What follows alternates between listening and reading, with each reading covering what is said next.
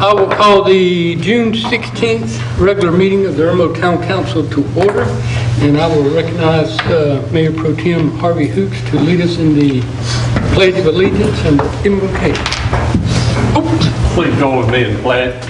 I pledge allegiance to the flag of the United States of America and to the republic for which it stands, one nation, under God, indivisible, with liberty and justice for all.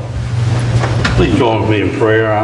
Heavenly Father, we come to you this evening asking your guidance on the decisions that this council will make. Lord, we also ask a special blessing for our men and women in uniform that are in foreign lands protecting our right to gather as we have here this evening. Please protect them, bring them home to their families. We ask all of these things in your Son's name, Jesus Christ. Amen.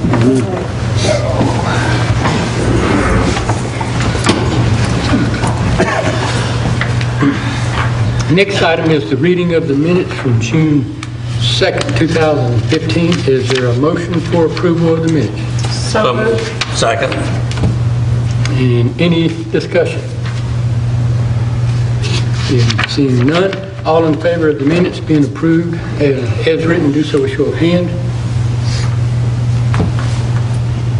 And next item is the administrative briefing. Mr. Brown, do you have anything you need to add? No, sir, not at this time. Any questions of Mr. Brown on the briefing? Seeing none. Next item is receipt of communication. Any receipt of communication anyone would like to share? I see that you got a letter that you wrote off to Sheriff Lott on the investigation. Have you gotten any response back to this letter? No, sir. No, sir. We sent that out, 2 weeks? 2 weeks ago? Yeah. And has the mayor released the preliminary report to you? Not to me, no. Okay. Any other receipt of communication? These two ladies, Nicole and April Holland, are from the 4th of July breast cancer run that they're doing in the park. They wanted to give us some information on the planning of that, and I thought it would be appropriate here for them to give it to us now instead of we can wait till the end of the meeting. Nobody has any objections to it. Good evening. I'm Nicole Holland, and this is April Sampson, and I'm going to pass out the course maps, and April can give you an update. We got the streets and the course finalized in the process of getting it certified, so we wanted to make sure you had the accurate information. What these maps will show, and Nicole, there are 2 maps you're going to get. The top one is a topographical map, which is Google looking down and showing you exactly what it looks like. And the second map is the version without the topographical on it. It's a little bit easier to read. And we have one for the police. I wasn't sure if he was the chief or which level he was. So basically what, as you can see, by the way, I don't know if you guys have a media person, but you might want to contact Google because the park is not on Google. The last time they updated Google for Irmo for that area is 2011. So on the map, you can't search it and Google it and find it for the address. The only park it'll give you is the town park versus the community park, which was confusing. But as you see on the map, it actually says that they do have the Okerstruck Festival, but when you literally look, it's just this big blank of nothingness instead of the park, so just FYI. But basically, it would go through the back of Old Friars Gate. You would turn on the battery, and your battery doesn't really block anybody living there, but St. Albans, there, it goes through there, then to Doncaster, Rushing Wind, and then Denbeck, and back around. We tried to do, most of the run will actually be in the park. They will do an opening lap, then do this circuit through the neighborhood, and then another lap in the park. So we tried to do as much in the park as we could. You just can't get a 5K all done in the park. So what our idea and I hope that we can do is to only have these roads blocked from 7:45 in the morning till 8:45. That's it. And our plan is, if we get the approval and it's okay with police, is to go to the neighbors and let them know that this is going on. We're not just going to do it. Our plan is, once we get approval, is to literally go door to door and let them know that we're doing this, so that if they need to be out, they'll know to be out and they know when they can come back in, and it will just be for an hour, and that's it. The rest of the day will be in the park from 9 to 2. You guys have given us the park. We've got a lot of stuff going on. We've got a lot of vendors already set up and food. It's on different websites. And we've also got a bouncy house. I mean, there's a ton of stuff that's going to happen between 9 and 2. So we think it'll be a great event. We just need to get the approval for the run part to go through that part of Irmo from, like, the run starts at 8. So we won't close it, but for the 1 hour that we need from about 7:45 to about 8:45. And a little update on the communication since we last talked. We finalized the poster, which I hope many of you have seen around Irmo. We finalized the poster and we printed about 5,000 flyers. After graduation last week, we were able to get some students from Irmo High School and from Judge Ford High School that will start this week. And what they've been doing is disseminating the flyers. So between the 150 posters and the 5,000 flyers, that was kind of our soft shoe. We didn't have a lot of money to actually do the TV and radio closer to the date. In these next 2 weeks, 2 weeks prior to the event, is when you'll see the little of the radio and the TV, and we just wanted you to be aware of that as well. And we've been using local vendors. Fleet Feet is doing the timing and certification of the course. Assuming everything goes as well as we think it will, this is something we want to keep going.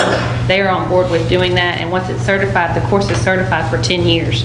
So we can always use that as and that's apparently a very big deal if you're a runner. I don't run, but if you're a runner, running a certified course is apparently a very big deal, and they've agreed to do that. And we've used, like I said, mostly all the vendors are from either Irmo or Lexington or Richland. There's no out-of-state vendors.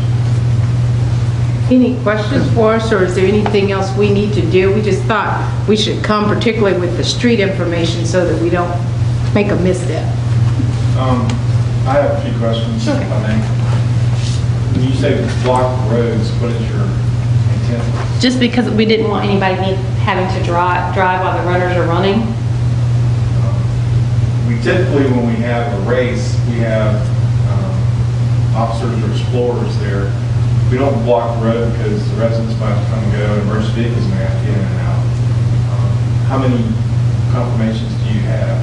We have to download from the Fleet Feet website, but we can check that and let you know tomorrow. That was one of the things about the running company. They have an e-blast list that they do to their runners to say, hey, this is a July race that you can participate in. But we can check on the registrants and get a number to you tomorrow. But I don't have enough officers. Oh, they actually go through a little training with us, with our volunteers, to show you how to forward people through the course. They also talked about the flower and the cones that you use for directional. They're going to set it up very similar to the one, I guess there was the one they did at Harbison in April. That's by Midlands Tech. And so they're used to doing it, which is why we did it with them, and they said we could actually do it with volunteers, but we had to make you aware of it so that you knew about the streets. Sure. Yeah. So we can get, once we Do that in the morning, I guess, get back with you. Well, council have to approve closing roads, I can't. Well, I guess what you're saying is we were using the wrong term, closing the roads, but making people aware that a walk is coming through at a certain time and just modifying the traffic. We may be using the wrong term. This is our first time doing it. But Fleet Feet has done it before, and so we were going to do it the proper way. Okay. And we can provide explorers who have done races before who can assist with stopping cars if there's a large number going through. So if you approve it, then we'll definitely get with him and work out that particular part. Some of those, These are all county roads. these are all county? Okay. I was thinking, say no, it's a state right now. And you're only closing half. And the y'all have road, each though. other's numbers? No, we'll get that before as soon as we get done, I will get Okay. that information from him and give him ours. Okay. And it is July 4th, is that? Correct. Okay, not the 5th or 6th? It's a Saturday. It's on the 4th, July Saturday, 4th on the actually 4th. falls on a Saturday this year. Cool. Time's good. Yeah, I figured at 7:45 on a Saturday, we're probably not going to get too much pushback from people wanting to be awake. Okay. Any questions? No, but one comment about you Googling and you cannot find the community part, which is true. I don't know what the process is. I don't know if you contact Google, you have to wait for them to come back around, do their picture taken. But also the Veterans Park's not listed. Right. So I just found it amusing, kind of, because it wasn't on there, but if you put in park, it would bring you to the wrong one, and until you actually looked to see what they were talking about, you didn't know you weren't looking at the community park, you were looking at actually the town park. So it's a little bit disconcerting when you're first doing this. Unless they've changed their policy, it's normally 3 to 5 years. Is that how long I had no idea.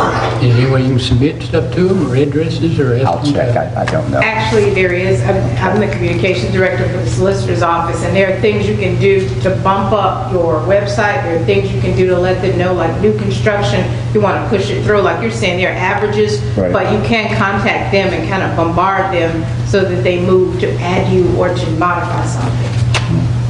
Because clearly they've added that the orchestra is there, which would have been in just the last few years, but they just haven't added that there's an actual park there, which is, again, a little odd. I will check. Okay. Thank you. Thank you. So we don't have any problem with them using those streets then to run that morning? No. Because what they'll do is not really closing the whole road, they'll just turn off half of it, and people run by each other on the use the other half. Okay. And there won't be much traffic. As long as they have people directing traffic. Right. And with enough They have cones. those explorers in front and rear, maybe too, or something, wherever they do it. It's doable. All right. Receipt of communications. Any other receipt of communications? Seeing none, next item is presentation by citizens. This is where anyone who would like to address council on anything that's on the agenda tonight may do so at this time. All we ask is you give us your name and address for the record, and then which item on the agenda you want to address. Anyone who wants to address council? Seeing none. Next item is unfinished business. Third and final reading of our ordinance 1507, our budget.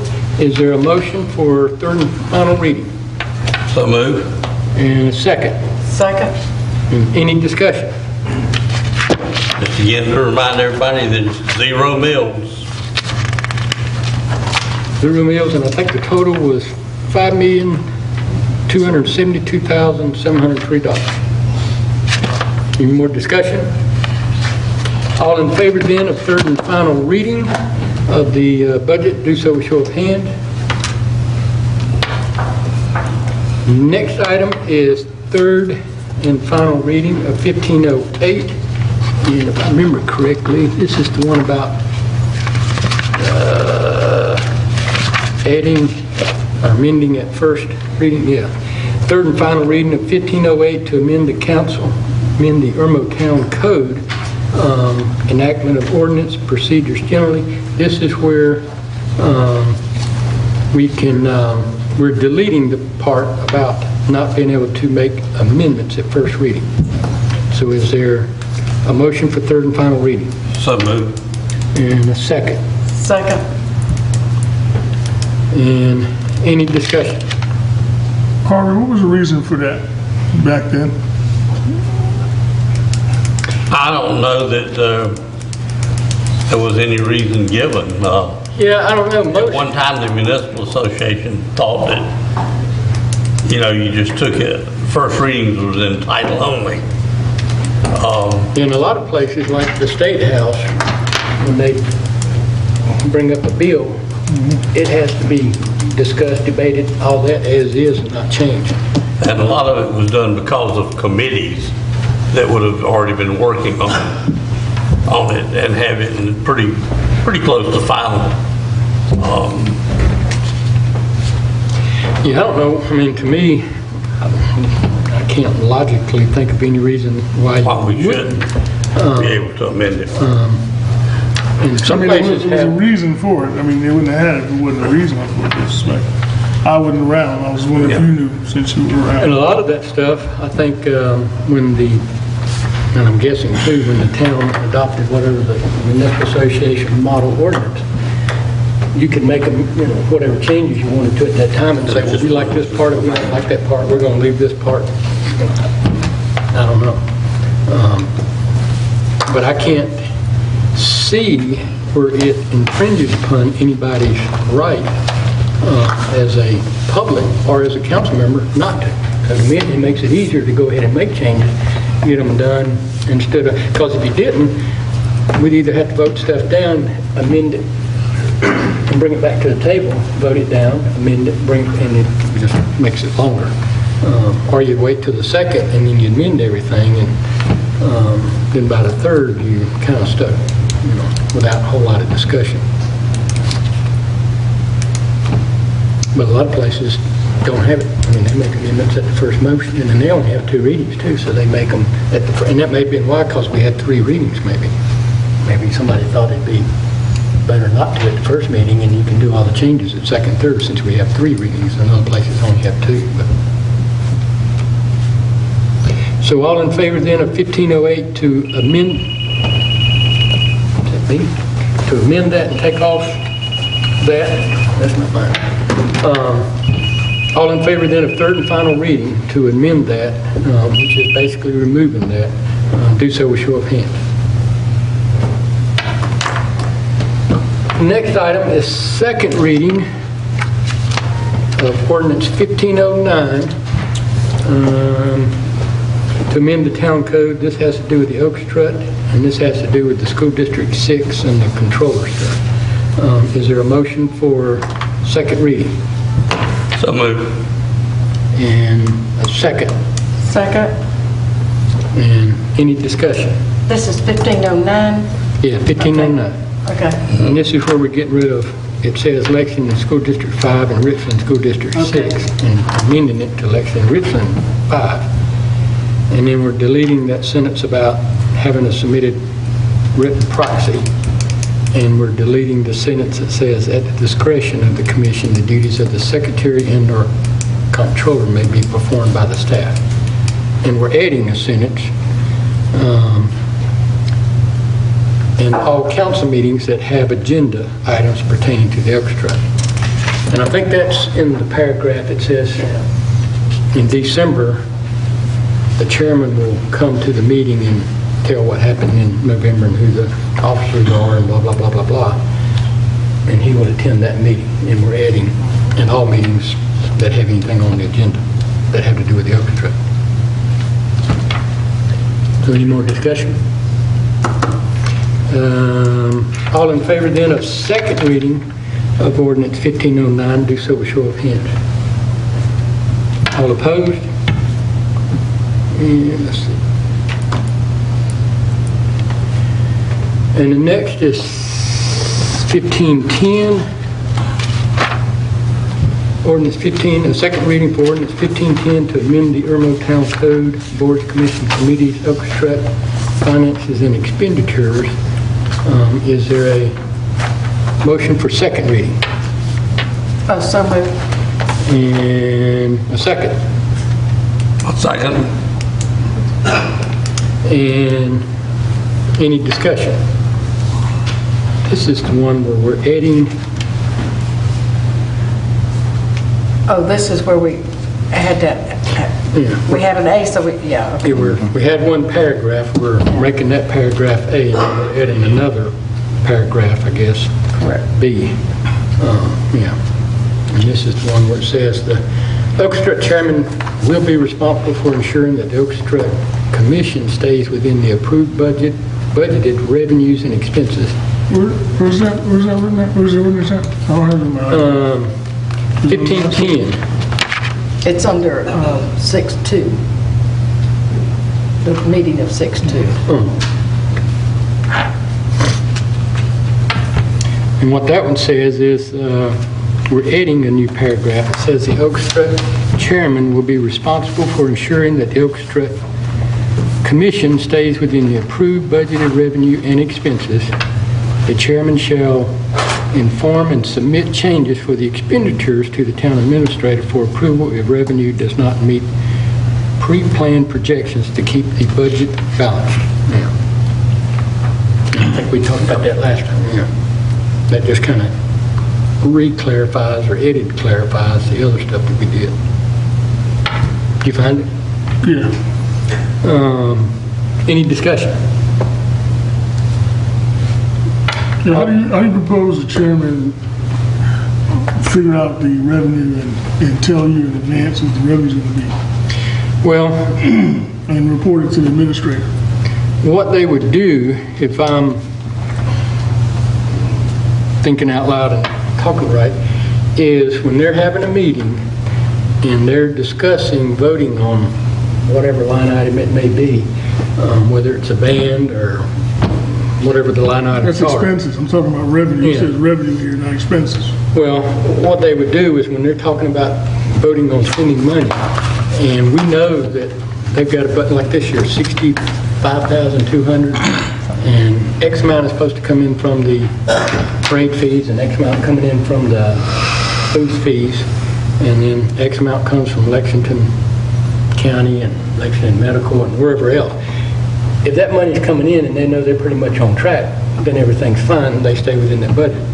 If Bob or somebody says, we don't have no money and nobody's paid us and blah, blah, blah, then they would have to go back and look at that and decide, you know. And at the same time, if we get more money coming from, say, Richland County, or another sponsorship comes in, or Lexington Medical gives more, or Lexington County gives more, then they could also at that time say, well, hey, we got more money, we want to spend more item on this, what's our revenue look like? And then kind of go through that process. Is that- It's also notification if they need more money for a better band or Yeah, I whatever. mean, if they think they got more money coming in, they can always inquire Bob, or not Bob, but whoever the administrator is can let them know. And then they would kind of go from there. But it kind of forces them to keep a little bit better track, not just on their expenses, but is the revenue coming in as they anticipated. Okay, again, this ordinance says revenue, it doesn't say expenses, okay? It's impossible for them to tell you how much revenue they're gonna be getting in the middle of planning for the orchestra. So how do you expect them to report this to the administrator and, you know, in, let's say, April? How do you expect to, I don't get it. Well, it I says mean, budgeted Bob, revenue. you understand that? You understand the question? Well, it can't happen because you're not going to know what your revenue is until the end of the orchestra. Exactly. You got to. There's no way. We I set mean, the way we set the budget up, I mean, we should allow them all the expenses they put in the budget and assume that they're going to get all their revenue because it's based on last year's revenues. I mean, Kind of like we do the town's budget. We don't know exactly what our shared revenue from the state is going to be. We have an educated guess, and we put that down. And it would be our responsibility to go back to savings if we ran short in the town, and it would be the town's responsibility to cover the orchestra if they ran short. yeah, but this ordinance says that the chairman, whoever the chairman is, shall inform and submit changes for expenses, all right, to the town administrator for approval if the revenue does not meet the pre-planned projection. There's no way that the revenue, that you're gonna know the revenue until you get to the end of this strut. There's no way that he can tell you in advance what the pre-planned expenses, the revenue's gonna be. Just You can, the- you can guesstimate and say, okay, I think I wanna make Well, $100,000, $50,000, raise that much, but there's no way to do that. This ordinance is crazy. I mean, you can't, If, This is only the sponsorship, right? well, it doesn't say says that. It revenue says and revenue. expenses. I know, but it, But let me say this. if it's a hurricane, we know we're not gonna make any money. If, but that's revenue generated from the actual participants. Yeah, but I think this refers to. We have nothing to do with the revenue generated from the participants. That's not incorporated in the equation at all.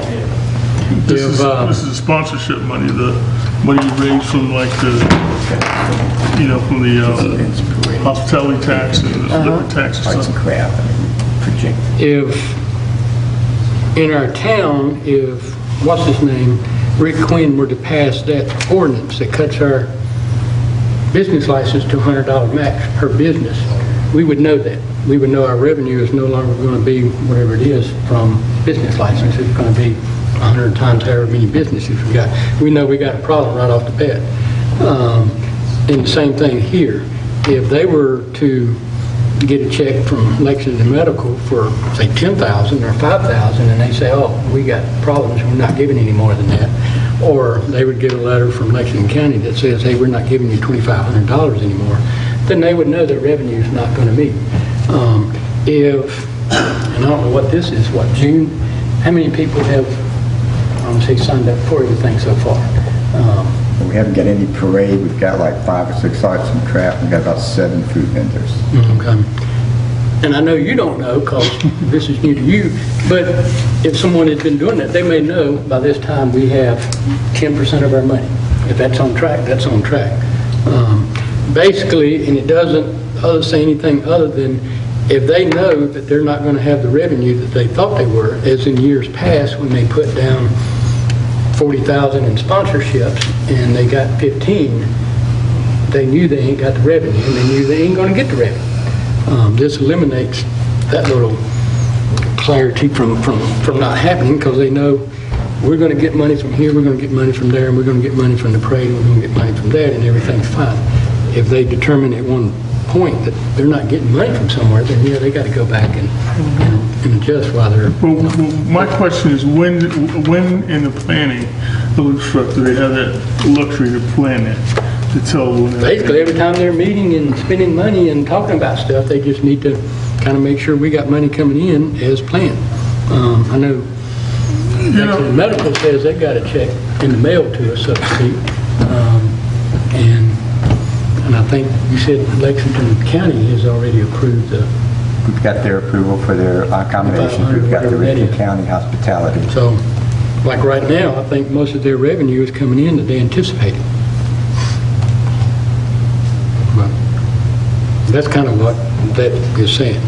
But I mean, you're putting it in as an ordinance saying that they have to, the chairman has to inform and submit changes for the expenditures to the town administrator for approval. All right? If the revenue doesn't meet the pre-planned projections, and there's no way that he's going to know that until he gets to the day after the orchestra. And that may be the case, and that would be something we would look at in preparing the next budget, just like we did this year. Right. They spent a whole lot more money last year because it was the first year in the park. Correct. That type thing. That now we know we don't need to spend, but it would be just like Whit has a budget, and his budget is based on some little grants that we might get and state shared revenue and operating budget within the town. If some of that goes away or it doesn't come in, then we have to reach back into our savings and cover that. And the same thing here. If the orchestra, 65,000, say they only made 60, then the town would be obligated to cover that other 5,000. And next year we'd look at it and say, well, we're not going to set the budget at 65. We'll look at setting it at 60. But if they make 100,000 this year, you can bet next year it won't be 65. They'll be going for something bigger and better. I think it's mainly notification. Yeah, that's the purpose, is to make sure that we're looking at the budget and seeing that we're trying to stay within that budget. Doesn't mean that it's not flexible. No. Like I discussed at the last meeting, just like we do here, when things come up, we have to take action and buy materials or whatever we need to do.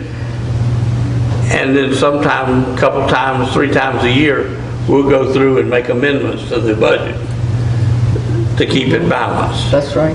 Kind of take from one line item and put it in another to cover those expenses. I believe the intent is for everyone to stay on top of things and just to let people know when expected revenue is not coming in or when expenses go up beyond, what you would imagine. And right now, even in our budget, the administrator pretty much knows that because he's kind of doing all that, but this just lets him know, so if it's something major, he can come to us and say, hey, we got a problem, they ain't getting the money, do we want to cut the budget or we want to give it to them? We can make a choice to give it to them. And he does that. Yeah. And He does that say, now. fine. Or he could make a choice because it's minor and do it, depending on just what dollar amount it is or whatever. Any more discussion? All in favor then of second reading 1510 to amend the code, do so with show of hands. All opposed?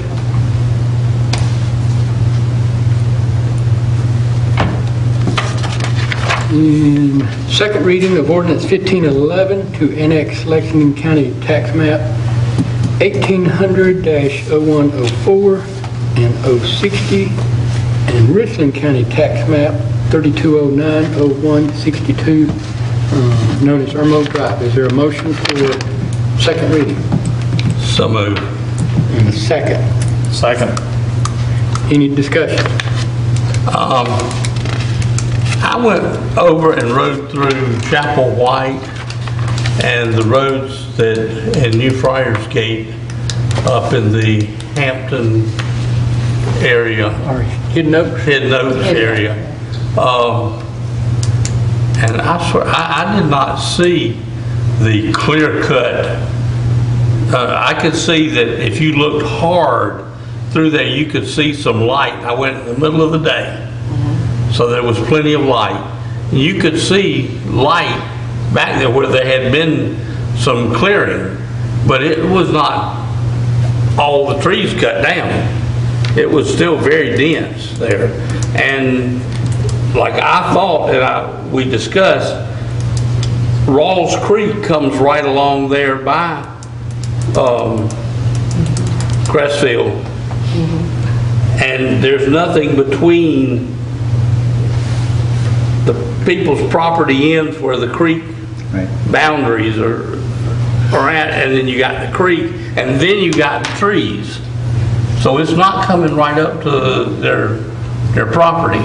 Good. Now, I did ride through the other subdivision, and I could see there was some definite evidence there where I would say tractor trailers and we all know what logging trucks look like, had cut corners and had broken some curbing and that type thing, but and I saw where they were coming in and out, and I'm not sure actually who owns that, Mr. if Trussell. anybody. Yeah, I think they said Mr. Trussell owns that little, That lot. that lot, okay. The sign that says sold is on the Irmo Drive just before Mr. Trussell's house going. Right, well, I understand his house is not part of this. No. The sign is where the power line easement is. Right. And if you look all the way down there, you can see the logging trucks that are parked there for the night or whatever. So they must be going that way to get, going down the easement and then to the right or whatever to do, I guess. Yeah, I'm not sure how he brought his heavy equipment in and out. I don't know. But I know for years, he's parked his equipment in the power line right away. Yeah. I think one thing we ought to find out, and I think if we ask nicely, we probably could, is who's buying it and what's the overall plan? What, I'm Zone, talking is it about. RG or something? It's in a build subdivision. Well, I've heard 0 lot line, I've heard, They've changed it to RS, though. They're going to meet To our RS? RS requirements. So it's RS now. Now, we need to, Planning Commission meets next Monday to talk about it. okay, good. so do we need to, does this say what zoning is on here? It doesn't, does it? I mean, the gentleman that we had in here, is a builder. Well, It's going to be a subdivision. Who's the, do you know the, you remember the name? So he Okay. said it's about 170 homes, Right. 160 to 170. But if it's RS, then it can't be 0 lot lines. Well, They can, but they're just smaller lots, but they're not as small as RG. Right. It's more restrictive than RS. I think it's 7,200 square feet, something like that is the minimum for the lot size. The lot size is 7,200 square feet? That's small. It's small. 7,200? I mean, we've got them over in Rose Oaks, they're 8,000, 9,000 square feet, and you got Yeah, big houses crammed in there. You can almost touch your neighbor. Well, I guess the reason for us annexing this is for what reason? I mean, it's not commercial, it's not going to create any tax revenue for us. It's not doing anything for us. So why are we annexing it? They We can asked. control the land, we can control the development of it. So? Since it's going to be built anyway. Right. I mean, we're going to get about, another 150 houses, and that means we have to have police protection. We have to probably add another police officer, and we have to get any revenue out of it to do that. So why are we doing this? Well, if the state and the Protect our county, under the county zoning, they could conceivably build apartment complexes. We don't allow apartment complexes in Irmo anymore. Doesn't the county line run through this? Yeah, Lexington and Richmond. So, I mean, if it was in town, we could make sure no apartments get built there. But that's it, there's nothing in it for us other than That's what I'm providing saying. more police services. Even if they do, I mean, we have to provide police protection. And then, any reason, any council member can vote on it for any reason, whether it could be that they want more residential growth, more nicer neighborhoods, more newer neighborhoods, more people, whatever, I mean, it could be. And to me, I think any town needs to grow.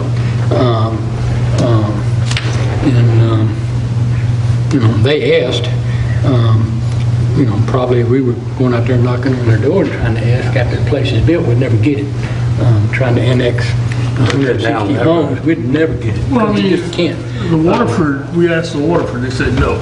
Right. And then they turned around and came to us and said, hey, we don't want these people building these, knocking down these trees, but they're not in the town limits. Okay? So my question again is, if they're not gonna, there's no monetary value of us doing this, why are we looking at doing this? Just prevent somebody from doing something, trying to have control over it, or, I mean, that's, Well, I think so.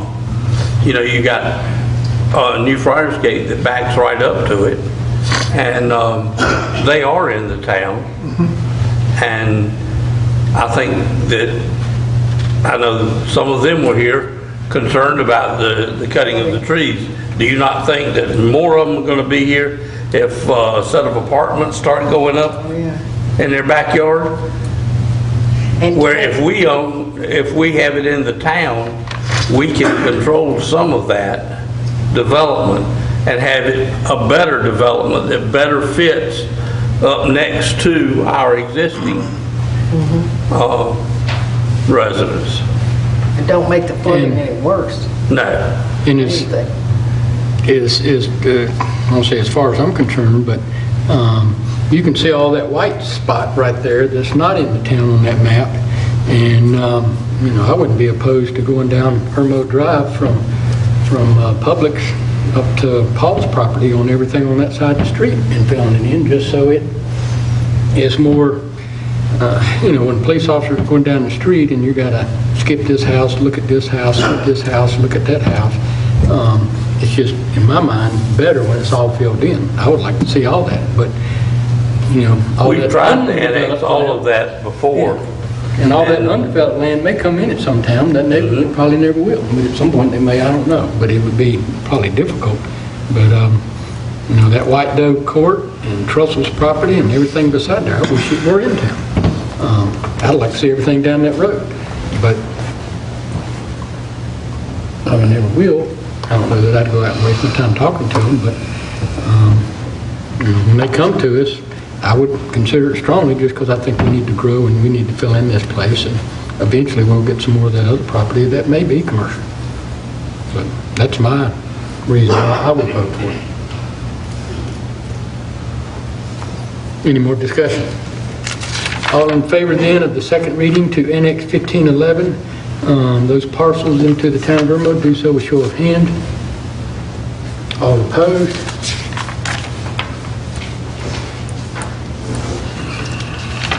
And next, flip back to this page, is 1502. Is there a motion for first reading of 1512, not 02, 1512, to amend the Irmo Town Code, Article 4, Boards and Commission, Finance and Expenditures, and I think that's the one where we, at the last meeting, said we wanted to take out a sentence or whatever, but is there a motion for approval? So moved. And a second. Second.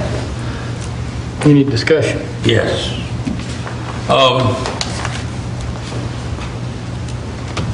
I have a question and let me read it, if I may. We're asking to delete the word "initial funds for the commission shall be placed in a separate checking account from profits received from prior orchestra festivals not to exceed $2,500. That was back when we first bought the orchestra. Haven't done that in many, many years. It comes up many different times as to why we're not doing that. The auditor said it would be cost prohibitive for the town to do it, and many other reasons. So we felt like it was necessary. If we're not going to do it, while we're cleaning things up, let's clean it up and get rid of that. Then we're going to add, and I'm going to read the Did you look in here? okay. You took it out and added already. Oh, okay. What we talked about last time. If you want to change something there, let me know. Let's go. We add, the town's treasurer will ensure that the Orchestra Commission has provided the proper documentation required for disbursement of funds. The documentation will include prior approval from the administrator that the proper account is identified and that sufficient funds are available.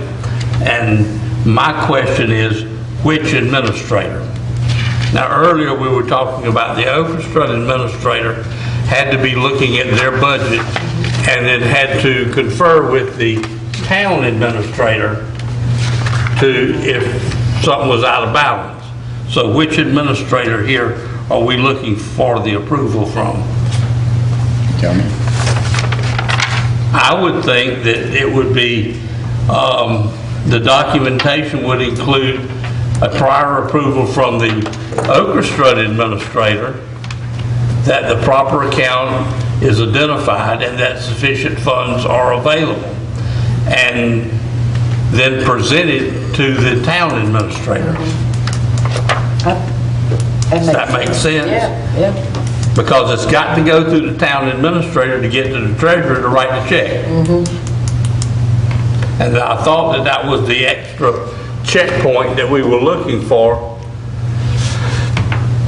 to have that. I don't think it needs to say that, writing the check, because it does say disbursement of funds, and the disbursement of all funds in the town is controlled by policy and the auditor's guidelines. I think you're right. So you want to amend it to town? I want to amend it after the word call that the orchestra administrator. Oh, so to be from the orchestra. Orchestra administrator, that the proper account is identified and that sufficient funds are available, and then submitted to the town administrator. Let me make sure I got this right. The documents will include prior approval from the orchestra administrator that their proper account is identified. The proper account is identified and that sufficient funds are available. That's it? Oh, okay. And then after the word available, submitted to the town administrator. Because we said we want the town administrator to be involved and know what's going on at every moment. All right, so there's been a motion to amend. Harvey, is there a second? Second. Any discussion about that amendment? I just think it's simple. It's kind of like a checkbook. Yeah. I want to go buy a new TV, so I look in the checkbook and see if I've got enough money. If I have, I go buy it. If I don't, then I got to go ask somebody, do something, make some other plans. That's right. Any more discussion? All in favor then of the amendment, do so with show of hands.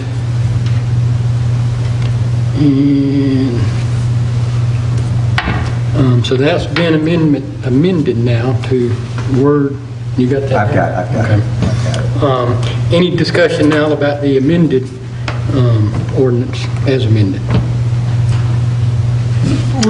So you're eliminating the separate checking account then for Oak And then, Yeah, years ago, many years ago, the Oak had a separate checking account, and it was at a separate bank in town. And that's when we did everything by pen and a checkbook and that kind of thing. And when we went to the electronic side, and we got away from that, we tried to go back to it, the auditor said it was going to drive the cost up tremendously because we were going to have to buy another component to our software package. Number one. Number two, it would mean additional software and equipment to print out different checks from a different bank and a different routing number and that type thing, and would increase the audit because they'd be auditing two bank accounts. That we should do it just like we do as the garbage as an enterprise fund, all in the same account, just different line items. So it was just sitting there, not doing anything, and it was one of those things, for cleaning it up. Sometimes people look at it and say, well, it says right there in your ordinance, why aren't you doing it? Well, we're not doing it for logistical and financial reasons, so let's take it out. Any more discussion? All in favor of 1512 as amended to add those words, orchestrated and submitted to the town administrator, everything amended as that, do so with show of hands. So that passes as amended. I just realized, I won't say I made a mistake, but 1509, the one we just voted on a minute ago.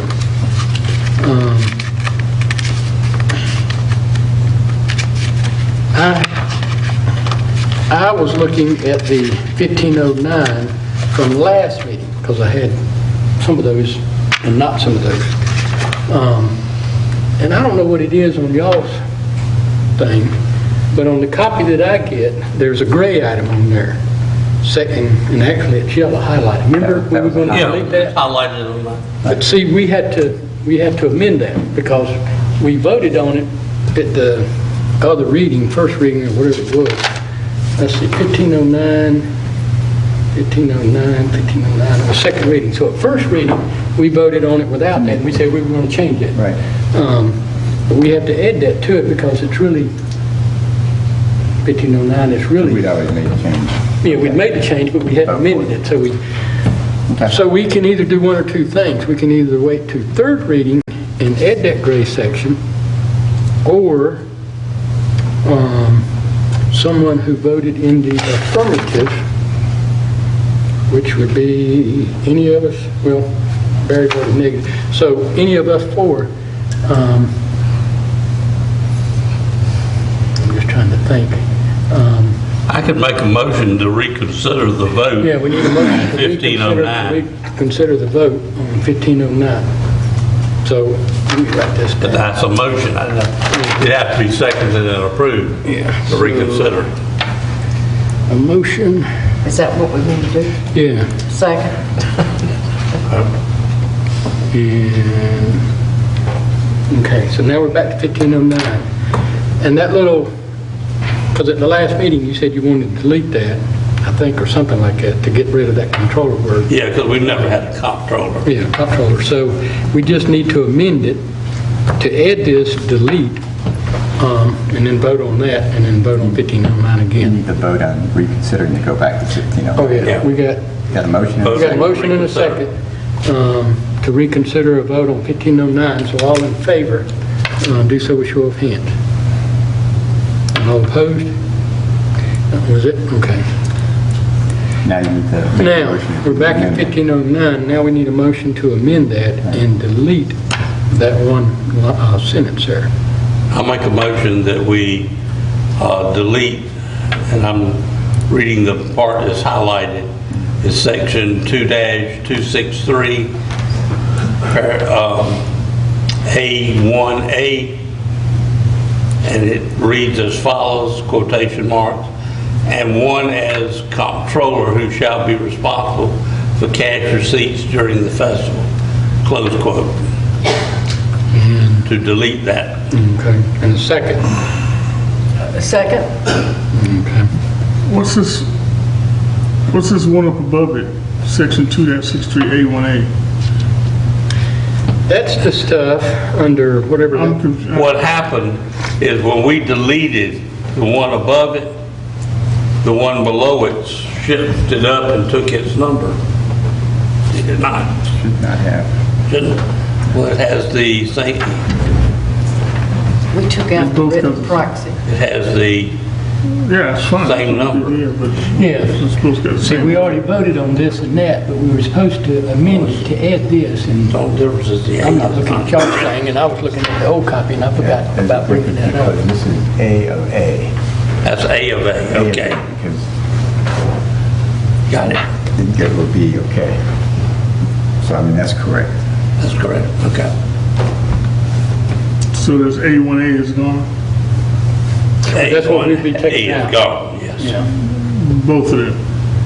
Just the, yes. If Yes. we deleted the first one, yes, we did. Mhm. That's part of the ordinance. That's Okay, do we correct. need to vote on?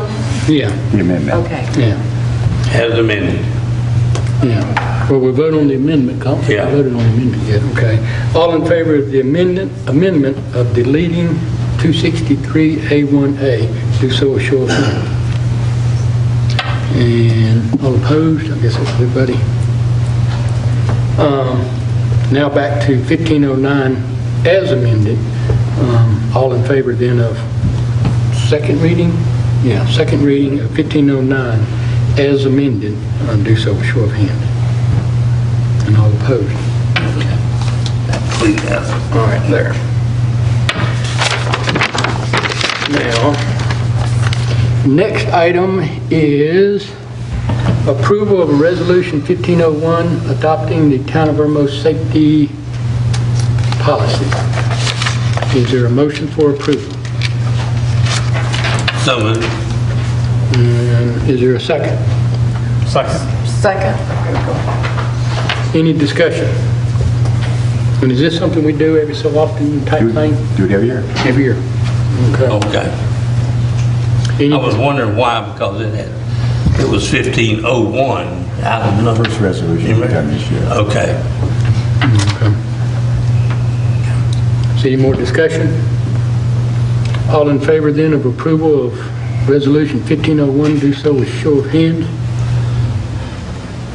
And next is approval of a resolution 1502, ratifying fiscal year 14-15 budget amendments. And is there a motion for approval on that ratification? So moved? And second. Any discussion? And I will read this to the public if I'm It outlines correct. all the changes we did. So the this year. total amendments is 124,000. Is that correct? Which would bring our amended budget for last fiscal year to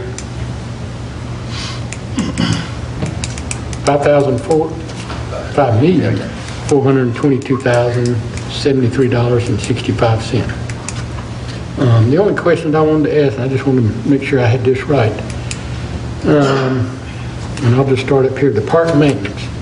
Now, is this what we're increasing, what we budgeted for last year? Okay. And all Is these- that all the parts or just the one? Or just, These were all done through ordinances throughout the year. All we're doing now is ratifying it. So we have to go back and see what but is that like when we built what was the cost of it? Yes. it had to- 36? Had to do when we were building. the building? The, And the engineering extra- drainage extra is for that. playground and- And the Yes, sidewalks is for whatever grant we got. correct. Now, this amended thing down here under general fund, the 117, is the 117 on top of the 886? And the 6608 is on top of the 2,271,000, which is public safety? That's correct. Okay. That's the same thing we were talking about earlier, All of that we have to do with the town's budget. And these changes is what makes the 124,061 or whatever? Okay. Yeah. So any more discussion? All in favor then of the Resolution 1502 doing the budget amendments, do so with show of hands. All opposed? Next item, I don't know if I have that one, is an approval of a memorandum of agreement for detention services with Department of Juvenile. Oh, okay. Yeah. Okay. So is there, okay. This is also something we do every year, or whenever they, in this case, it was the approval to make sure we still want to pay the $50 to house juveniles over there. Yes. So is there a second? Second. Any discussion? All in favor? Do so with show of hands. Next item is discussion of the, regarding the graffiti within the town of Irmo. And Councilman Walker, I'll ask you to start or whatever, I'll give it back. We had on Woodrow Street, on the corner of Woodrow and Charing Charing Cross, there was some racist graffiti on the street that took a long time for us to remove. And my understanding was, when initially when the town was contacted, they said it was a county road or whatever, and they couldn't remove it because they don't have authority to remove it. And when I got involved with it, somebody went over there and painted over it with some kind of blue, I guess, paint remover or whatever it was, but just highlighted the graffiti, didn't remove it. But anyway, I don't think we have a policy on graffiti in the town, and I think we need to look at that. I don't care if it's a county road or if it's a city road or whatever, we need to get it removed immediately if somebody calls you about it, or get it covered up. And I don't know exactly how, if we have an ordinance, I don't know what it is. If we don't have an ordinance, we need to put one together and get it on the, I guess, next agenda and vote on one. I know in the past, we've had a graffiti problem at HE Court, and I know Whit's gone over there a lot to take care of it. If I may, we partnered, the police department partnered with Sheriff Blythe approximately 10 years ago to have zero tolerance for graffiti. I pulled our records in the last 2.5 years, we've only had 6 incidents of graffiti. If we're notified to see graffiti, we keep spray painting the department and we cover it up, because we did a blockbuster. There was some tagging on the CSX Railroad, KKK, and Nazi swastikas on the Farming Creek box. We covered that up. There have been blood and crip taggings around town. And we attempted, when we discovered the swastika May the 16th, to spray paint. It wouldn't adhere to the road because it was so new and it wouldn't stick to the paint of the swastika. Contacted WIT, tried to go through DOT, we contacted several times. I called the Richland County Ombudsman's office, who has a 24-hour turnaround time. They have removed street signs. I don't know if you remember years past, MOB was commonly seen over within 24 hours, the stop signs were removed and replaced. Their policy is to eradicate the problem within 24 hours or notify us. They didn't do that. They didn't call us back according to their policy. So we haven't had a lot of success with outside agencies. We discussed putting large amounts of paint over the swastika, but we were afraid we may damage some, have to pay for a paint job on a car if we did that. We are still pursuing individuals. We've discovered a Twitter account. We've executed a search warrant on Twitter trying to find out who the domain owner is. There's no, according to the Southern Poverty Law Center, which is operated out of Montgomery, Alabama, it was formed by 2 civil rights lawyers in 1971. They currently track almost 800 hate and extremist groups. They informed us, Barwood with that agency informed us, there's only one neo-Nazi group in South Carolina that's organized, and that's in Myrtle Beach. We contacted the Behavioral Science Unit at SLED. They have no knowledge. They have an analyst currently working on it, see if they can give us any information on it, but we're still working on it. But we made diligent efforts to try to get it covered up, but we're unsuccessful. I think But we do have a policy. we're on top of What is our this. policy? We take care of it immediately. We spray paint over if we can, but we didn't have any, spray paint wouldn't cover it, it wouldn't stick to it. Do we know what they use to tag it? No, we don't. But it's been covered up now, Yeah. kind of with a white. It's been there almost 2 months, so the traffic has worn it down to where with this paint, it's stick to a pound. So it was done, you said May, May 16th. 16th. When one of our officers found it. and that's when they first painted it, but it keeps coming up, and then it come up, what, was it last week again? Last I'm week, sure all that line. rain that we had, the oil on the road. But we had several confirmations from DOT that they will come out and, What do they use, do you know, Chief? I don't, but Whit said he knew somebody could possibly pressure wash if we had permission from DOT, because, you know, there's issues with that too, tearing up the road. Yeah, that's what I'm saying, you know, if it's their road and they're not giving permission to go play ball, we need to take it on our own hands and get it done. I mean, I don't know what the problem is and why it takes 2 months to get some graffiti removed, but that's unacceptable. I mean, it's plus it's in their budget anyway to move the stuff, is it? Is it not? I mean, so can we get our own policy or have our own paint or have our own graffiti removal system or whatever? We do that now, but Yeah. this was an unusual case, and if we want to close the road down for some heavier paint to dry, we can do that with permission from council. Yeah, I realize it's, This is an unusual case. right, it is an unusual case because it is on the road where it was on the wall like at the school. And this speculation, of course, but this was designed to, the website was actually larger than the swastika, and we believe the intention was to draw focus on the website, not, Yeah.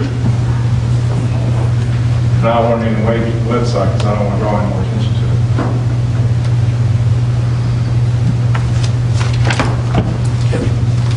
What do you think we ought to do, Chief? Come up with a policy or let you come up with a policy or? Well, like I said, this is one isolated incident. If it continues or if we have another one, we'll address it. If it's okay to address it then, but we'll just do a better job trying to paint over it, Okay. which we did, but it wouldn't stick. I'd like to know how, if the county could tell us how long it takes the liquid asphalt that they put down to dry.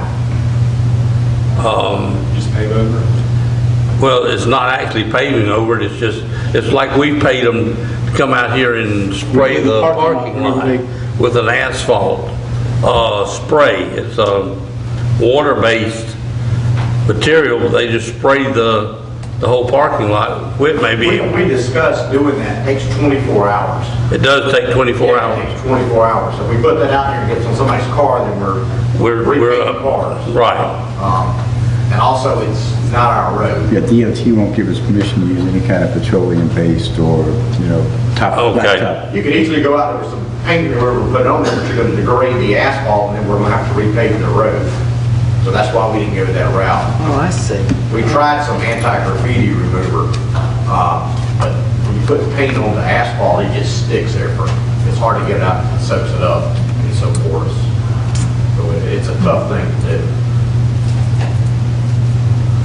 But we can keep painting it, I guess, until Well, as long as y'all are trying to stay on top of it, I don't know what more we can I mean, do. it almost looks worse now than it did with what was on there. Because we've got big white blobs on the road now. Was that spray paint or marking paint? Marking paint. And they don't make marking paint in black, do they? Not that I'm aware of. I haven't seen it. It wouldn't show good. But if the road is old, it might cover. I mean, I don't know. If it, we use the black on it. If they don't make it, they don't I make don't it. think they get that color. Yeah. All right, next item is presentation by citizens. This is where anyone who would like to address council on anything, regardless of whether it's on the agenda or not, may do so at this time. All we ask is you give us your name and address for the record. George, Mr. Mayor, if I may. George Glassmeyer, 110 Beck Road. A number of items that shouldn't take too long. The presentation that these women made about the walk-on that you're planning to go through Old Friars Gate, I'm very familiar with that area. I've lived in there for almost 28 years. Have a little bit, and that would, the route you specified would impact me, because I live on that route. It's going to include more than the streets you named, because you're also going to have to impact the people in Midhurst, because the only ways in and out of Midhurst is via Denbeck. And just off the top of my head, I think you're going to impact about 200 residents. I think it's going to be pretty close to that. And I don't know how the police department can keep each individual resident from pulling their car out of the driveway during that time. And, I could pull my car out and, and I'm, off the top of my head, I think we're talking probably 5 or 6 intersections that are going to be involved in that roadway intersections along your route, not to mention all the, I don't see how you're going to be able to keep people from pulling out of the driveway, even though you get the word out and put something in their, flyer in their mailbox. None of the roads going to follow it, or forget about it, or didn't see it. And then if you've got traffic to one lane, you've got 2 cars head on. I mean, I just see some logistical problems there that I think are going to have to be worked out. I think it's very kind of taking time, but still, I don't know how you're going to do that. Let's talk. Yeah, I mean, whatever. Yeah. I'm sorry, did I interrupt? You talking to us or you talking to them? I'm talking to you, because I saw you talking and I didn't want to interrupt. I asked him a question. You're good. Okay. Let's talk about this roof that we were made well aware of the leaks at the last meeting. And I've talked to the administrator since then. It's my understanding, first of all, that the leaks are originating where the dormers are. And there's also some internal damage because of the leaks over the years. And it's also my understanding that the way to fix the leaks, or at least the best way, is to get rid of the dormers and just make those areas flat. Now, from talking to Bob, it's clear that there's 2 ways to do that. Either just get rid of the dormers and make the dormers flat and put new roofing just over those areas, or put a whole new roof on from front to back. And it's also my understanding that the rest of the roof is serviceable for the many decades to come. That's not where the dormers are. So the only real resistance, and obviously it's going to be cheaper just to make the dormers flat and just cover those areas than do the whole roof front to rear, particularly when the rest of the roof is still in good shape. The resistance or the concern seems to be with just putting new roof over where the dormers are is that the colors aren't going to match exactly, because even though you can still get green roofing material, the roof that's up there has been subjected to the sun and faded. Well, I think the threshold issue we need to figure out is there any liability that still attaches to the original installer of the roof? And perhaps Mr. Moore would know that better than anybody. And if so, can we get that entity to pay for it? And if not, I would support merely just putting new roofing over the holes where the dormers are and not doing the whole roof just for the sake of cosmetics, because I think, Bob, you said the estimates you got so far for the whole roof, some of them range in the $60,000 range. And clear it's going to be a lot less. So let me tell you, I'm not about cosmetics, I'm about cost and fix it. And, I don't care if some of the panels aren't quite as green as the others, if it's going to mean saving a lot of money, but, let's get it fixed. And I would ask council to give Bob some direction on which way to go with this, and let's do it.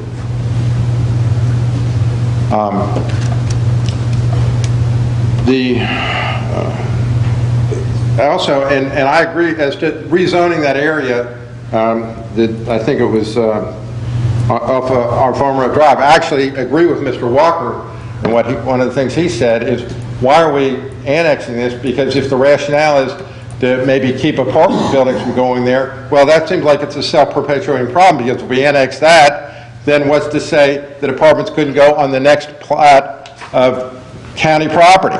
And then we'd have to annex that, and, you know, before you know it, you're annexing into Batesburg-Leesville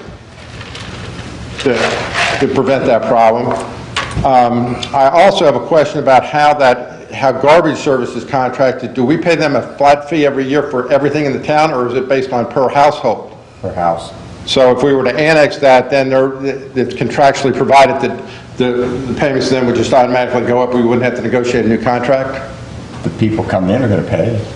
Well, I get that, but I mean, so there's no need to negotiate a new contract if we were to annex that. Okay. No. All right, good. The final thing I want to talk about, and Mr. Walker and I had a conversation about this at the last meeting regarding his participation or lack thereof at the last orchestra, and I know the rest of you, I discussed this at some length in the fall in this venue. And I know some of you are going to remember this, but apparently Mr. Walker doesn't, or he's in denial, or he doesn't understand plain English, I don't know what. But he continues to insist that he didn't participate in the orchestra, that his wife did. Well, subsequent to the last orchestra, I submitted a Freedom of Information Act request to the town for all the invoices for every vendor in the orchestra. I was provided with those. I went through every invoice, and no invoice has Mr. Walker's wife's name on it. But one invoice does have Mr. Walker's name on it, and I've made a copy for you, Mr. Walker. I'm going to let you keep these, and I've circled your name in green highlighter in the upper left-hand corner, and you can keep that, and it says right there, Barry Walker. I also have the check that was made out to you for those proceeds for that vendor, which is endorsed apparently by Barry Walker. It's made payable to Barry Walker. Again, your name's highlighted in green. Those are yours to keep. I hope that puts that issue to rest. I don't know what you don't get about this. That's all I have. Thank you, Mr. Mayor. Thank you. Any other presentation by citizens?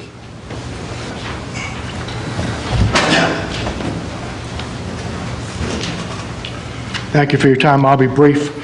My wife and I have owned and lived in a house in Murraywood. Could I get your name? Name and address. Name and address. My name is Reginald Bruce. My wife is Helen. We've owned and lived in a house in Murraywood for 20 years now, in the part of Murraywood that is in the town of Irmo. My question or my situation is in the town ordinance section 11-12, which is standards for residential rental units. There are 19 ordinances that apply to rental units. On my many walks through Murraywood area, you can probably tell my physique I need more than many walks through the area. Every day I find at least 9 violations of those ordinances. And that's all that I can see in the few streets that I walk through. When I came to the Irmo Town Hall to ask what could be done, they told me nothing could be done because they weren't rental units. These are owners. Owners that are in violation of all of these standards that we, the town of Irmo, hold rental people to. So my request tonight is that we consider holding homeowners to the same standards that we own renters to. I don't see any reason why we shouldn't unless we're just prejudiced against renters. That's the one problem I have. Second one, real quick, I know they've paved 3 roads in the first section of Brookview, of Murraywood. They finished 2 roads. Mine was partially finished. They've left the area. There is now a 180-foot by 6-foot section of our street that is dirt. It hasn't, I don't know why it hadn't been paved, why it's not finished, I don't know, but it's a dirt section that now has ruts in it that are at least 5 or 6 inches deep. What road? It's Brookview Road. Brookview, yeah. And another suggestion real quick, you might want to turn your microphones up because my wife and I have 3 hearing aids between us and we can't hear you. Oh, Maybe I should have 2 more hearing aids, but this Brookview Road, and it's a 180 by 8-foot section that's not finished. I think we can. Unless you have any with that. questions, that's my request to the council this evening. Also, when the rental statute was done and was passed, oh, I'm sorry, we intended after that to have the same standards for homeowners. We just never brought it back up again. But we intended to, so. It should be done because some of the violations are environmental, some are a terrible safety hazard to children and other people in the neighborhood, and not to mention the fact that it's driving down the value of the real estate, which I know you've been talking about your revenue for town of Irmo. What's driving down your revenue? A friend of mine was going to move into the neighborhood, but didn't because of the houses next door. So it's a problem that I think needs to be attended to, and not necessarily just murder. Okay. Thank you very much. Thank you. That's awful that they left part of the road. Yeah, I don't know what that's all about. I'll find out tomorrow. That may be, and I'm not sure, That's Lexington County. but if you go in to Murraywood, turn to the right again, and kind of come back up like you come into St. Andrews, there's a little dirt road at the very end of that dirt road to the left. It looks like a driveway, but it's actually a road. There's two houses on it, but they have never I don't think, that's paid not that from day Brookview one. though. That's Yeah, I don't know if not- it's That's Brookview. not I'm not Brookview, sure. that's another road. Okay. That's the only one I can think of over there. I think this was an oversight, but Yeah. we ought to take care of Because it. they've been in the Well, Eucharist gate. that's in Lexington, I mean, their dirt road list, Penny tags, I don't kind know. of like Lexington County, there's 500 dirt roads on there. I think they were repaving it and forgot to do it. Any other presentation by citizens? Oh, I'm Julius Waits. I live at 124 Bolters Lock Road, and I have the same problem. 4 doors down from my house, there's a rental property, and I checked tax records to find out, and it's owned by Mr. Byrne, who is with ERA Realty. 3 weeks ago, at the suggestion of a good friend of mine who sells real estate, he said, he's a good guy, go and talk with him. He's renting a house to a family that run a landscaping business.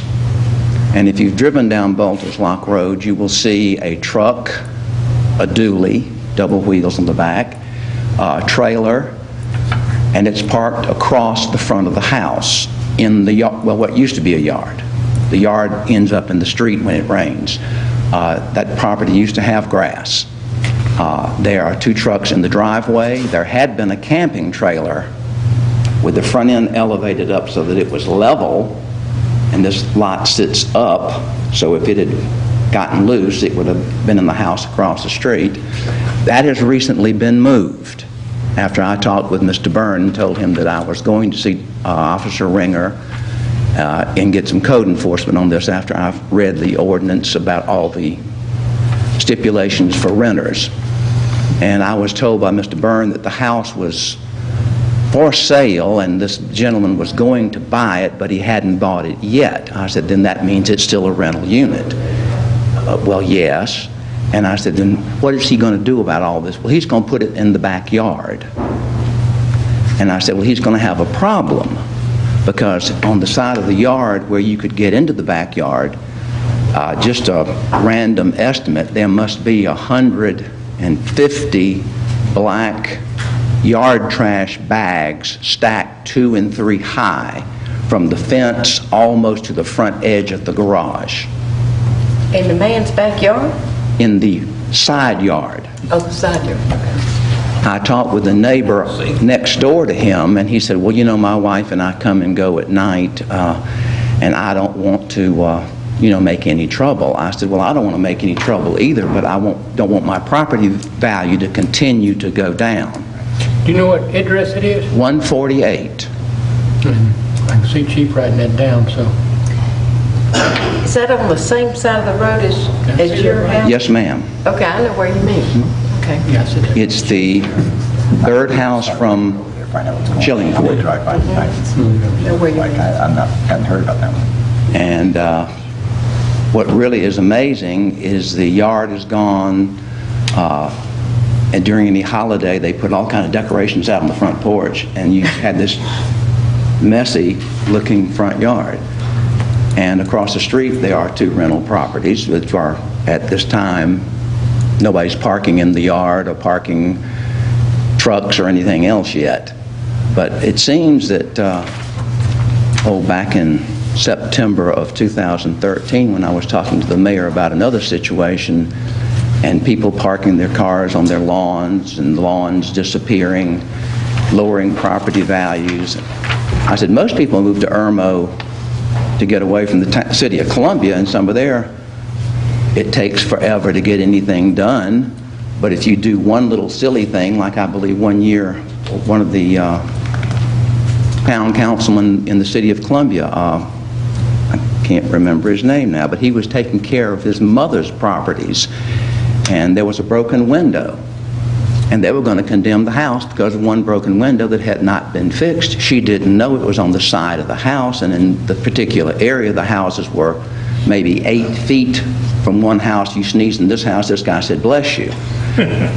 So when I said something to the mayor about cars being parked on lawns and what have you, he said, "Well, we don't want to make the property owners mad by enforcing all these ordinances." Well, I'm a property owner and I'm mad. I'm mad because it's not being enforced. When I first voted in 1986 to join the town of Irmo, I knew I was going to be taxed by the town of Irmo for my home and my 2 cars, because we get money from revenue from restaurants and so forth and so on. It seems the town has forgotten about the property owners, because you're not getting any money from us. And Mr. Walker even brought it up about annexing this property. If they get 158 more houses, what are we getting out of it? Because we're not taxing anymore. But there's going to come a time when some of this money is going to play out, and the town's going to have to start taxing the landowners again, which it's our duty to pay our taxes, our fair share. And I have no problem with it. But I do want to get my money's worth, and I am going to restaurants, so indirectly I am putting money into the town of Irmo, even though it's not directly taxed. Do I seek relief from Richland County, who I am paying tax dollars on my home and my 2 cars? Or do I get relief from the town of Irmo? Thank you. Thank you. Anyone else who would like to address council? I like the first one.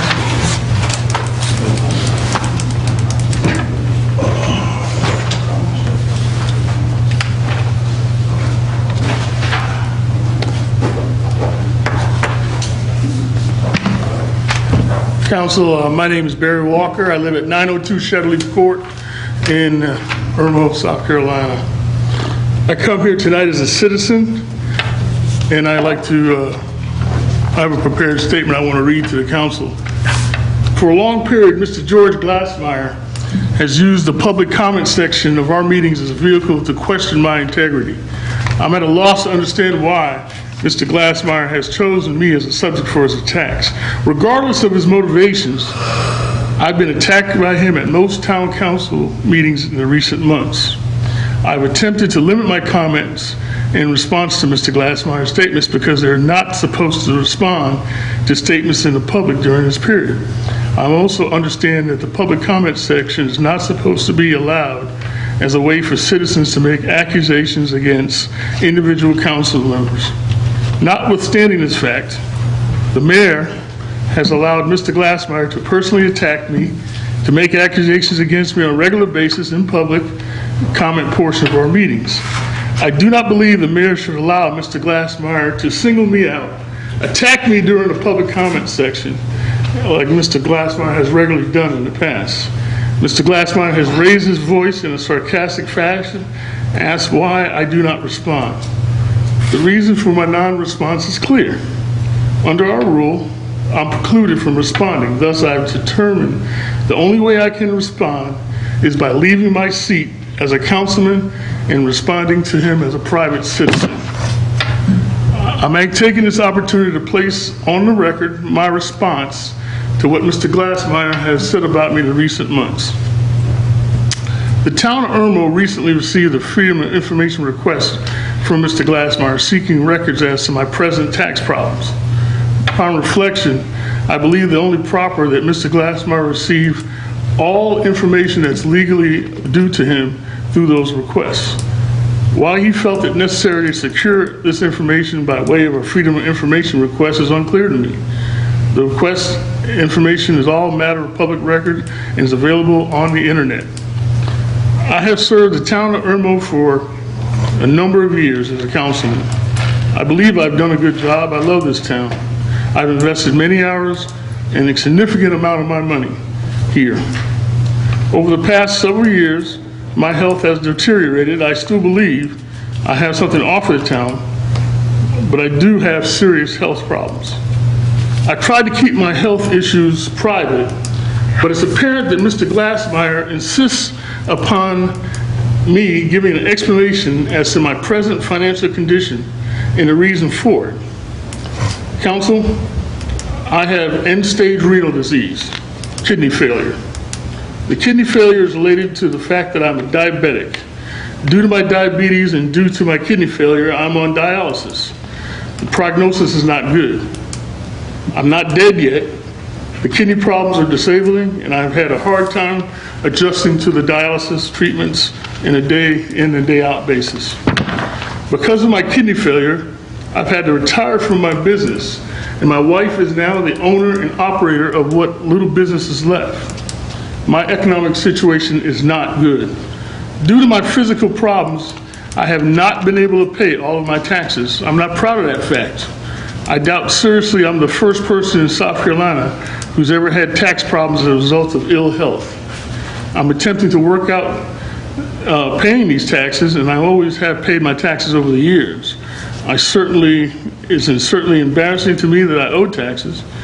On the other hand, I've done and doing all I can with my limited ability to work to rectify the situation. I hope this explanation will satisfy Mr. Glassmeyer as to my economic difficulties and the reason for them. Quite frankly, I doubt that it will satisfy him. Mr. Glassmeyer apparently is quite interested in the minor assault charge that was brought against me by the City of Columbia. The so-called victim was a former employee of mine who left my business, taking money with him which belonged to the business. I tried to stop the man from leaving with my money in his pocket. I did not put my hands on him, and I was surprised when I was accused and appeared to be accused of assault and battery. I appeared on several occasions to defend myself in court, and every time I went to court, the trial was, and the matter was continued. Apparently, this case was heard without my presence and without me having been notified. Mr. Glassmeyer brought this to our attention when he publicly announced that I had a conviction of simple assault during an open council meeting. When it was determined that the case had been tried without me and the conviction was vacated, I appeared for trial with my witness, and the victim did not appear. The charges were dismissed against me, and the charges should have been dismissed because I was not guilty. An interesting note, when I arrived for the motion to vacate the conviction and when I arrived for trial, Mr. Glassmeyer at 8 o'clock in the morning was present in the audience. Not only was present in the audience, but he's actually seen consulting with the prosecuting attorney for the City of Columbia. Now, I can certainly understand how Mr. Glassmeyer wants to know about my taxes. It's incredibly hard for me to believe and understand how he can make it his business to consult with the prosecuting authorities of the City of Columbia Municipal Court in a case which he has no involvement at all, in a matter which he has no influence on. The man appears to be obsessed with me for some reason. Quite frankly, I question his motives. It's hard to understand how under any stretch of the imagination he could have involved himself in a matter which was none of his business. It's true that I'm a town council person. It's also true that I'm a private citizen. For Mr. Glassmeyer to come here and watch the criminal proceedings at the City of Columbia, that was fine. But for him to consult with the prosecuting attorney at 8 o'clock in the morning is entirely out of line in my perspective. Mr. Glassmeyer has questioned my involvement with the Okra Strut, and I'm proud of the fact of the Okra Strut, and I'm proud of the fact that I was involved with the Okra Strut. I support the Okra Strut, and I have supported it for years. Our mayor has apparently called for a criminal investigation dealing with the Okra Strut, and I have absolutely no idea who he alleged has done anything criminal. We have met with Sheriff Lott. I have met with Sheriff Lott. I have met with other people in the Richland County law enforcement, and they indicate that he has been given a preliminary report. He apparently gave this report to the mayor so that the report can be shared with council. But the mayor has refused to share this report with council for some reason. The sheriff won't give it to anybody else other than the mayor. I don't know why, but it's still bewildering to me the fact that the mayor will not share the preliminary report with other members of the council. In any event, the sheriff told me that the investigation shows no criminal wrongdoing. We have been told that a final report will be issued immediately. And from what I understand from Bob tonight, no such report has been issued yet. And I hope it's forthcoming. The so-called investigation by the Sheriff's Department has been distracting to the members of the Okra Strut Commission, to the members of the planning, and it's my belief that the mayor should share this report with the public as it was given to him as a public official.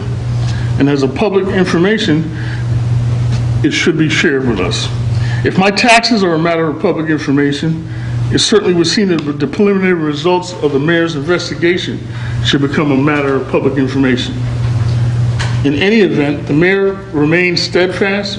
He does not want to provide the public information to council or the public, and quite frankly, I do not understand. The mayor has regularly called for openness in government. Now he conceals information which is provided to him from the sheriff. And to me, the mayor's conduct is hypocritical.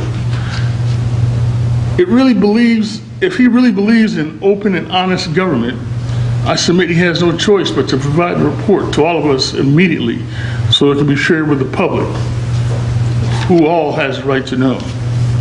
Now, it's true that my wife's business, Max Off Main, had a booth at the Okra Strut, which she did not pay for. We did some $3,000 worth of catering work at the Okra Strut in connection with her business. An agreement was reached between the business and the Okra Strut that the free catering would be exchanged for a booth. Now, the catering was provided free and the booth was provided at no charge in exchange for the catering. The agreement was totally above board and the agreement was honored by both parties. No one got anything for nothing. The fact that the catering was provided easily documented by anyone who attended the Okra Strut last year and the year before that, and whoever worked there. The arrangement was reached between my wife's business and the Okra Strut has been explained to Mr. Glassmeyer many a times, and the arrangement has been disclosed to council. Notwithstanding that fact, Mr. Glassmeyer knows full and well what happened and why, but he continues to make accusations like something has been done underhanded. I wish to make this issue of the booth at the Okra Strut perfectly clear. Nothing was done wrong. The Okra Strut benefited from the arrangement, and we were proud to have helped. We're now criticized for doing something that we thought was something civic, is something that helps the Okra Strut become a successful event. I'm now criticized for doing something nice. I do not know what Mr. Glassmeyer's agenda is. Apparently, it's political. He has announced publicly he wants to see me resign from council so it can be like it was before. He apparently is trying to make my life so unpleasant I will resign. I wish to make one thing perfectly clear, Mr. Glassmeyer, I will not resign my seat, and in 2.5 years from now, you can run against me to replace me. Mr. Glassmeyer claims to be an attorney, and I understand he made a career working for the state of South Carolina and never really engaged in private practice. It's my understanding that he's now retired, apparently has nothing else better to do but then to sit around and harass me. If Mr. Glassmeyer's motives are sincere, I'm certain I can meet with him and answer any questions he might have with his announced objectives to force me to resign. I doubt that this meeting would be fruitful. I'm providing a copy of these prepared statements to the clerk. I'm asking that these remarks be made a part of the minutes of this meeting, and I'm also available to meet with any citizen in the town, including the member of the council, to answer any questions you might have about these comments. Thank you for affording me this opportunity. Thank you.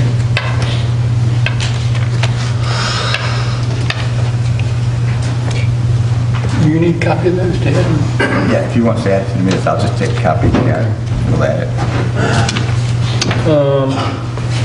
Anyone else who would like to address council? Seeing none. Next item is executive session. We do have a contractual matter on here, so is there a motion to go into executive session for a contractual matter? So, And second. second. Oh, who made the motion?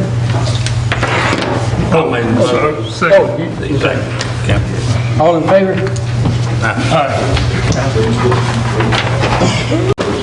We are back from executive session and no votes were taken. And next item is adjournment. Is there a motion for adjournment? So moved. Second. All in favor? Aye.